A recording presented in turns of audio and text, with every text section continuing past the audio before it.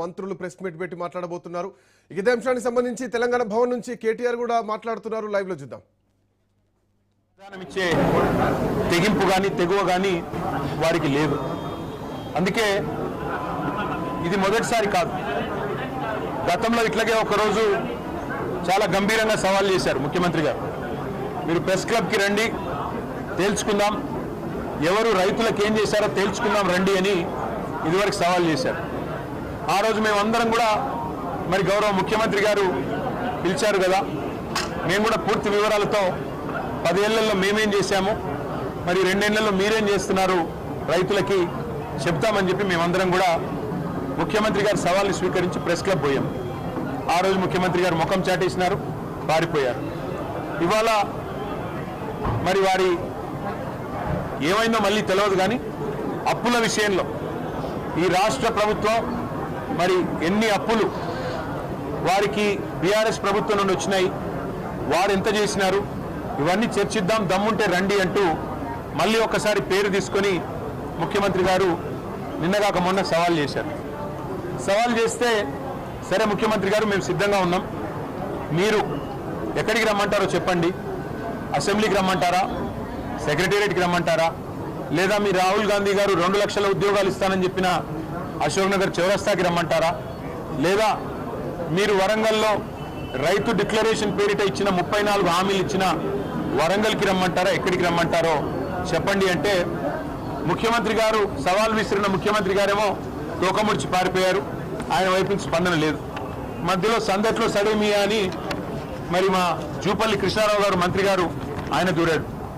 ఆయన దూరి నేను వస్తున్నా, రేపు పొద్దున 11 గంటలకి తెలంగాణ భవన్కే వస్తున్నా, మీ ఇంటికే వస్తున్నా, మీ ఆఫీస్కే వస్తున్నా అని చాలా పెద్ద పెద్ద ప్రకటనలు ఈయన చేసినట్టుగా పత్రికల్లో చూసా. మేమందరం కూడా ఉదయం 10 గంటలకే వచ్చి కూర్చున్నాం. జూపల్లి గారు వస్తే శాలువా కప్పి స్వాగతం పలికి ఆ తర్వాత పత్రికల సమక్షంలో మాట్లాడదాం జూపల్లి గారితో, అన్ని విషయాలు రాష్ట్ర ప్రజలు కూడా చూస్తారు.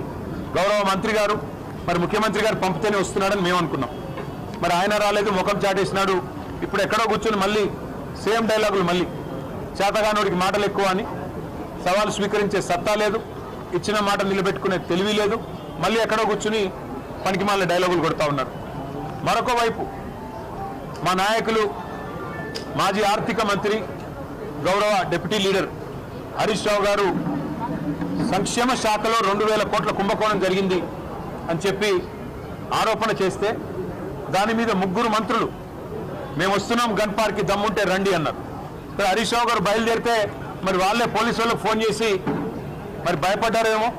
ఎక్కడ హరీష్ రావు గారు, మా నాయకులు మా శ్రీనివాస్ గౌడ్ గారు, మా ఆర్ఎస్ ప్రవీణ్ కుమార్ గారు ఎక్కడ మళ్ళీ వచ్చి వాస్తవాలు చెప్తే ప్రజల ముందు పరువు పోతుందని ఇక్కడ మా తెలంగాణ భవన్లో బయలుదేరిన మరుక్షణంలోనే పోలీసుల చేత అరెస్టు చేయించి ఇప్పుడు కంచన్బాగ్ పోలీస్ స్టేషన్కి తీసుకొని పోతా ఉన్నారంట.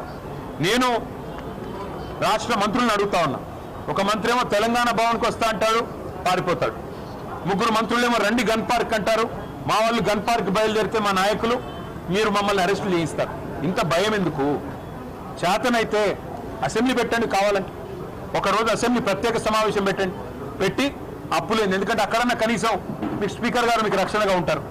మాకు ఎట్లాగో మైక్ ఇవ్వకుండా మీకే మైక్ ఇచ్చి 1కి 10 సార్లు ఎట్లాగో మీకు బయట మాతో బహిరంగ వేదికల మీద కానీ బహిరంగంగా మీడియా ముందు కానీ చర్చించే దమ్ము ఈ ప్రభుత్వానికి లేదు, ముఖ్యమంత్రికి లేదు, మంత్రులకు లేదు.